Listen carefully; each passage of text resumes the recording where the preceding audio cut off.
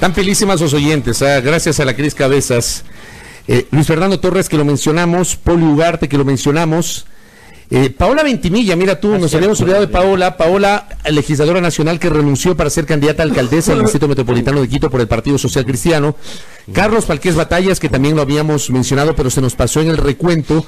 También Beatriz Rivera nos recordaba el caso de Falqués, siendo legislador renunció para ser candidato a prefecto y perdió las elecciones. Y gracias también al querido Carlos Rabascal, Carlitos, qué gusto. Me envía los porcentajes de Milagro y ahora entiendo las razones por las cuales Rómulo Menchael está presentando impugnaciones, porque el resultado está medio apretado. Paco Azán tiene 29.86%, Rómulo Menchael a 29.35%. O sea, la cosa está bien apretadita. Ayer te pasaba una nota del Universo de un cantón en la provincia de La Suay donde el alcalde ganó con 3 votos. Claro, ¿no? Claro. Y en el caso de Carchi, ayer vi una nota en el canal de Teleamazonas. Hay un cantón en Carchi, Huaca, en donde con 2 votos gana uno de los candidatos a la alcaldía, con apenas 2 votos respecto del segundo. Y en el caso de Milagro Denise Robles, alcaldesa, y también creo yo, para algunos políticos debería ser materia de reflexión, la actual alcaldesa Denise Robles alcanza apenas el 18.07%, es decir, el pueblo milagreño en las urnas terminó castigando una gestión que seguramente considero que no era de las más adecuadas. Y gracias al colega Andrés Reliche, que también siempre nos sintoniza, nos dice: Puerto Viejo está muy bonita y ordenada, excepto el tráfico. Efectivamente, se nota que hubo un buen trabajo luego de la devastación del terremoto. La semana pasada estuve por allí. Mire usted, Andrés, usted más cercano, recorrió la ciudad de Puerto Viejo y nos puede certificar justamente aquello. Recibamos en nuestra mesa de trabajo a Fabricio Villamar, asambleísta del movimiento Creo, que ya nos visite, y con él vamos a comentar algunos temas de la coyuntura. ¿Cómo le va, doctor? Bienvenido. Tocayo, qué gusto, Alexis, amigos, amigas, buen día. Bueno, primero le quiero preguntar a Fabricio Villamar, porque antes de ser legislador fue concejal. Y mucho se hablaba de que Fabricio Villamar podía o pudo haber sido candidato a la alcaldía de Quito. ¿Cómo leemos el resultado de Quito electoral? A ver, yo creo que la dispersión que sabíamos que iba a existir marcaba que la elección de alcalde de Quito iba a tener porcentajes muy bajos, ¿no? Normalmente, desde el retorno a la democracia, las elecciones para el alcalde de Quito han sido normalmente competidas entre 2 grandes fuertes contendores. Y es la primera vez que se va a tener un resultado tan apretado en los 4 primeros lugares, con diferencias de hasta 6 puntos, lo que nos dice que este sistema de dispersión termina de alguna manera restándole legitimidad al nuevo alcalde. Amén de eso, permíteme, Fabricio, yo sí quiero hacer un reconocimiento de aquí: gana el que más votos tiene, el que hace una mejor campaña, y no importa el porcentaje que sea, doctor. Y no importa el porcentaje que sea, lo otro es un tema de arquitectura democrática. Porque hay gente que ya está tratando de posicionar en el imaginario de la gente que Yunda va a ser un alcalde deslegitimado por el 23% que alcanza. Bueno, la legitimidad la alcanzas también un poco con tus acciones, ¿no? Y en ese sentido, Yunda no fue candidato de nuestra organización, de hecho representa una tendencia diferente, pero si le va bien al alcalde de Quito, le va bien a la ciudad. Y por lo tanto, inicialmente mi reacción es: ojalá le vaya bien al alcalde Yunda. Sí llega con el 23%, lo que significa que hay un 77% de la población que no votó o no votó por él. Y que le quedan 4 años muy complejos, pero que es un momento en donde hay que aportarle. Juan Carlos Holguín, que fue el candidato de mi organización, se ha ofrecido para entregar nuestro plan de gobierno, si es que eso puede ayudar a la ciudad. Y nuestros concejales electos, tanto Luz Elena como Eduardo del Pozo, que ya tienen experiencia de haber sido concejales, también van a estar al servicio de la ciudad. Estos primeros pasos que ha dado Jorge Yunda, ¿qué opinión le merecen? Por ejemplo, quizás el primer anuncio que sorprendió, digo, gratamente a muchos tuiteros, veía yo el llamar, por ejemplo, a Fernando Carrión a formar parte de su equipo de trabajo, el decir que va a llamar a los exalcaldes. Exactamente. ¿Qué opinión le merece estos anuncios? Que son anuncios para pacificar, que son anuncios para poder obtener un respaldo del otro porcentaje alto de la sociedad que no votó por él. Pero mira, tal vez también aquí hace falta un análisis político un poco más fino. No es posible, en términos absolutamente democráticos, que el candidato que llegó cuarto se queje de que no ganó porque el candidato que llegó quinto no le endosó sus votos. o que el candidato que llegó sexto no le endosó sus votos, o que la candidata que llegó séptima no le endosó sus votos. Que empiecen a tildar de chimbadores al resto de candidatos, más o menos, ¿no? Y tal vez esto requiere un análisis pequeñito, un poco más complejo, respecto de qué son las organizaciones políticas. Las organizaciones políticas tienen como objetivo ganar el poder, pues, para ejercer el gobierno de acuerdo a un plan de trabajo y de acuerdo a alineamientos ideológicos. Yo no le he visto a Paco Moncayo quejarse amargamente porque la gente de Avanza no le regaló sus votos o la gente de Centro Democrático no le apoyó y que por eso perdió. Realmente se pierde porque no logras conectarte con la gente y ganas cuando logras conectarte con la gente. Esto es, entonces, en la política no hay candidatos chimbadores, caso contrario, volvamos hace 2 años, deberíamos haberles dicho chimbadores o a los socialcristianos o a Moncayo o a quien sea que se presentan porque no le favorecen al candidato de uno y no es así. Lo que yo he escuchado recurrentemente en estos días de análisis postelectoral es el hecho de que originalmente el candidato del Movimiento Creo, auspiciado por el Movimiento Creo, iba a ser César Montúfar.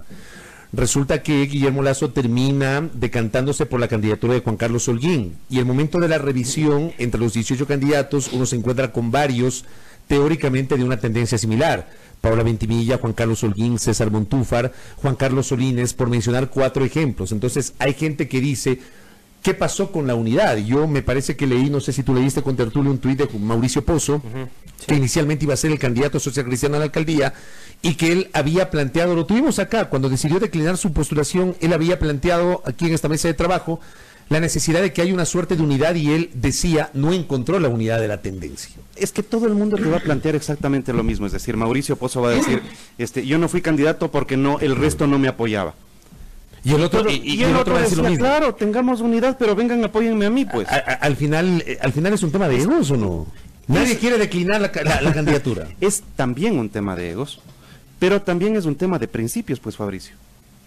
También termina siendo un tema de principios. Entonces, había gente que decía, bueno, sí, Mauricio Pozo podría ser una buena opción, pero en Quito no se vota por los socialcristianos, y tal vez el resultado que tienes de la candidata socialcristiana te pueda decir eso, ¿no? Me parece que esa es una de las lecturas que puedes tener.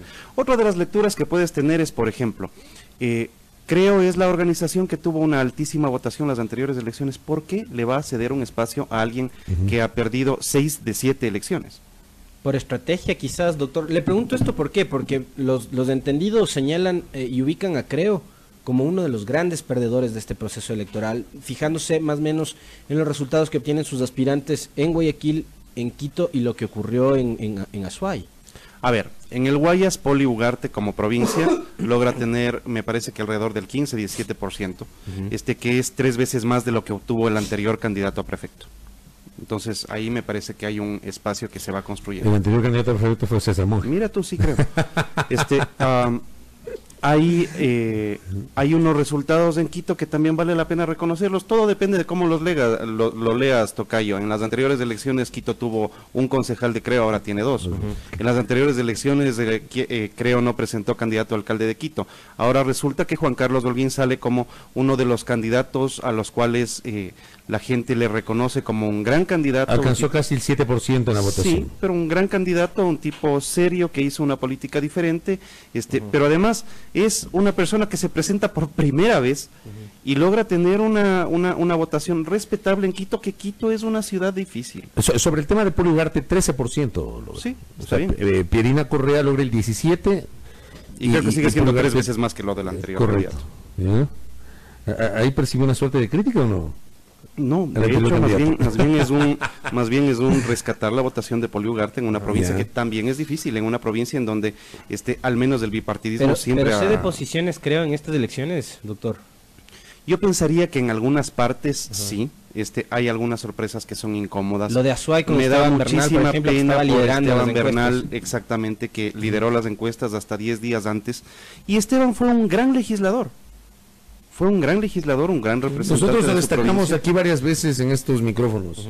Entonces, la población termina decantándose por otras opciones y esto me parece que tiene que ser asumido con análisis muy fuertes con dentro madurez, de las organizaciones. Sí, con señor, madurez. claro que Con autocrítica también. Sí, ¿Qué señor, tienen que por hacer eso, las sí, organizaciones? Alexis, es justamente por eso. Entonces, la autocrítica y la madurez pasan por decir, yo puedo no obtener los votos que yo quería obtener, por mi responsabilidad. No puedes echarle la culpa a terceros, pues. Lo otro termina siendo infantilismo y un lloriqueo innecesario en una democracia que intenta ser madura. Doctor Fabricio Villamar, algunos oyentes plantean, y creo que en el análisis postelectoral, ya después de las elecciones, obviamente se viene un periodo de aquí a 2021 en el cual habrá que preparar las reglas del juego para esas elecciones. Hay gente que pide una necesaria reforma al Código de la Democracia para, por ejemplo, normar un fenómeno que se detectó con mucha fuerza en este proceso electoral, que fue la gran cantidad de candidatos. Quito no había tenido nunca 18 candidatos a la alcaldía. El cantón Rumiñahui, donde 28. Habían empadronados 80,000, apenas 80,000 electores, tenía 22 candidatos y se convirtió en el cantón que mayor número de postulantes tuvo. Pichincha tuvo 17 candidatos a la prefectura, Guayas tuvo 20 candidatos a la prefectura y 17 candidatos a la alcaldía. O sea, uno revisa cada cantón, cada provincia, y uno se encuentra con unos números realmente altísimos que de alguna manera generaron esta dispersión. ¿Hay que ir a una reforma al Código de Democracia? Sí.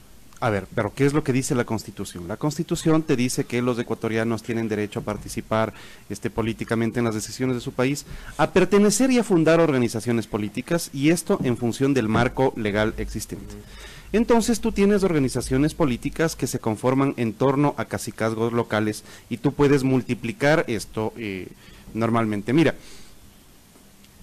hay una multiplicidad de candidaturas en los gobiernos autónomos descentralizados, pero en cambio se reduce el tema en las elecciones nacionales. No tanto como se quisiera, pero se reduce. ¿Qué es lo que deberías buscar? Ahora comienza el proceso de unidad, pues. O sea, es en este momento, no 15 días antes de las elecciones. Ahora es cuando las organizaciones deben fortalecerse, conversar, buscar alianzas. Yo he planteado un par de veces, y habría que ver, no quiero presentar ningún proyecto en firme hasta que se cambien las comisiones para poder garantizar que esto se procese para evitar bloqueos. En un mesecito y medio, ¿no? Sí, exactamente en un mes y medio. Sí. En donde sí creo, por ejemplo, que todas las organizaciones locales puedan establecer procesos de unidad para conformar una organización nacional. ¿Por qué es importante esto? Porque estos cacicazgos locales pueden garantizarte una organización nacional que termina no teniendo menos del 4%, que es parte de las cosas que suelen pasar, ¿no? Pero en estas elecciones, ¿cuántas organizaciones desaparecen? 280 organizaciones actualmente existentes, doctor.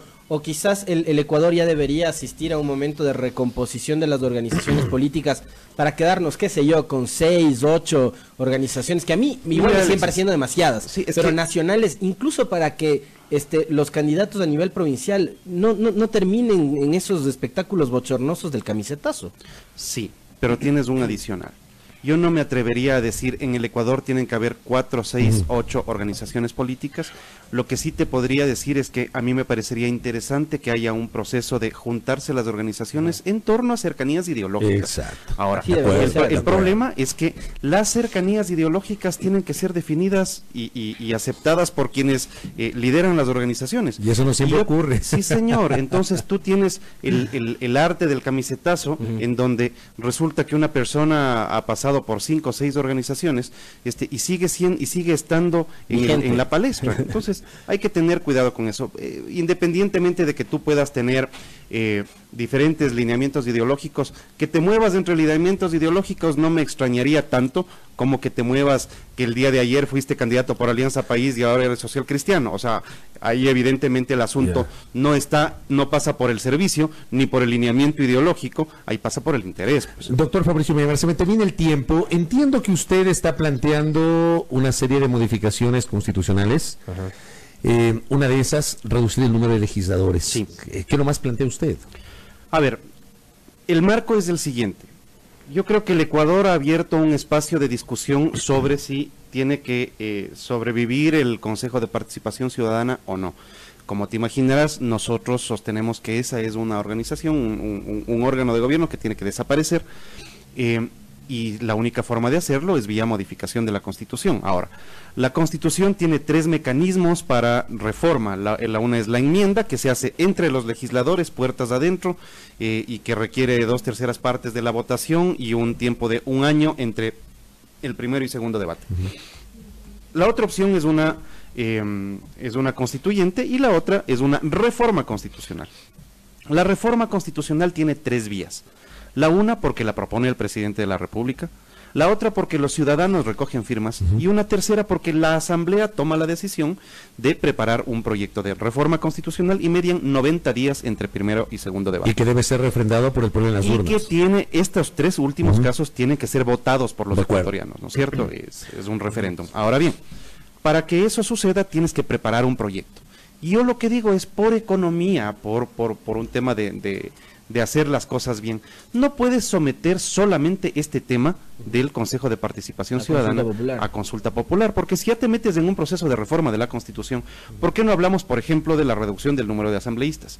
Te lo dice un asambleísta. ¿Cuál debería ser el número ideal de legisladores? No te puedo decir el número, pero podríamos hablar de cuál es la fórmula para el cálculo. ¿Cuál sería la fórmula? Nosotros propondríamos que el Ecuador tenga 2 asambleístas de base más 1 por cada 250,000 habitantes o fracción que supere las 200,000.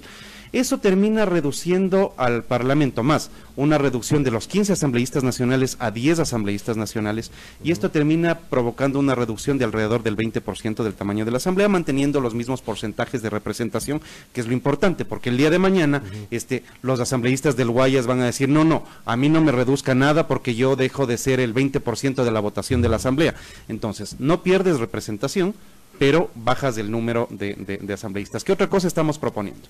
Por ejemplo, que se reforme en la Constitución la falta de reconocimiento del arbitraje como mecanismo de solución de las controversias internacionales.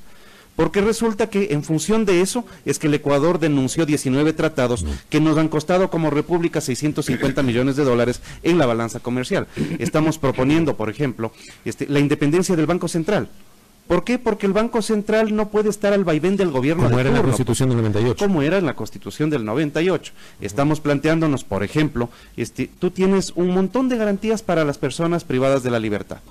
Entonces, tienes garantizados sus derechos de salud, de educación, de vivienda, de alimentación. Pero que le implican al Estado un costo enorme. 38,000 detenidos que los pagan las personas que están trabajando y libres. Por lo tanto, no será de pensar que los detenidos, las personas presas, tienen también que trabajar y buscar un mecanismo de sustento, entre otras cosas que nos estamos planteando, ¿no? Una de esas es, por ejemplo, no será de pensar que el Ecuador después de 40 años ya tenga que discutir sobre si vamos a un sistema de voto facultativo, que no estés obligado a ir a votar, sino que tus convicciones te lleven a votar en un acto de responsabilidad democrática. O sea, usted plantea todo un paquete entonces. Pero es que eso es una reforma, porque lo otro en cambio es pasar solamente sobre lo coyuntural. Muy interesante, y sobre eso debería la asamblea hablar. En 30 segundos me piden que le pregunte qué pasó con el impuesto verde, la reforma para eliminar el impuesto verde. En 30 segundos, por favor. Todo va avanzando, mientras durante los últimos meses hubo gente del gobierno que decía que la potestad para presentar reformas tributarias solamente le corresponde al presidente. Se olvidaron de leer el final del artículo 140 de la Constitución, que establece que cuando los tributos hayan sido hechos vía decreto ley, y esto pasa porque la Asamblea no discutió y solamente se presentó como proyecto económico urgente del presidente de la República, la Asamblea en cualquier momento podrá derogar o modificar esos impuestos. En tal sentido, existen 2 informes favorables, uno de la Unidad de Técnica Legislativa y otro de la Coordinación Jurídica de la Asamblea, y el Consejo de Administración de la Legislatura hace 3 días acaba de darnos la razón y pasar el proyecto a la Comisión de Desarrollo Económico, en donde en los próximos días estaremos debatiendo la eliminación del impuesto. Lo ideal sería que se debata lo más pronto, o esperar a que llegue el último trimestre del año cuando el gobierno presente esta reforma tributaria. Bueno, es que me parece que el gobierno va a tener que presentar su reforma tributaria antes del último trimestre del año, pero independientemente de lo que haga el gobierno, este es un tema que está presentado como proyecto de ley y la Asamblea tiene la obligación de discutirlo, porque adicionalmente este es un tema que está perjudicando a un montón de gente y resulta que además no cumple los principios constitucionales y legales de lo que es un tributo. Ahí usted nos ha dado noticia también sobre el tema del impuesto verde. Para que vea, toca. Gracias por el tiempo, muy amable. Fabricio Villamar, asambleísta de Creo, por cierto me habían pasado el dato y lo pudimos certificar. Creo, hablando de los resultados electorales, logra la alcaldía del Cantón Rumiñahui, con Wilfrido Carrera Díaz con el 14.64%, alianza entre Creo Lista 21 y ahora Lista 65 en el caso de Rumiñahui. Gracias a ese aporte de César Armando Bermeo, que siempre está pendiente. Sin abordar el tema de la reorganización interna de la Asamblea, que ya hablaremos. Esperemos contar con su presencia en los próximos días. A las órdenes. Gracias a Fabricio Villamar en nuestros micrófonos, 7:10 en la primera hora. Fabricio Vela está en a primera hora.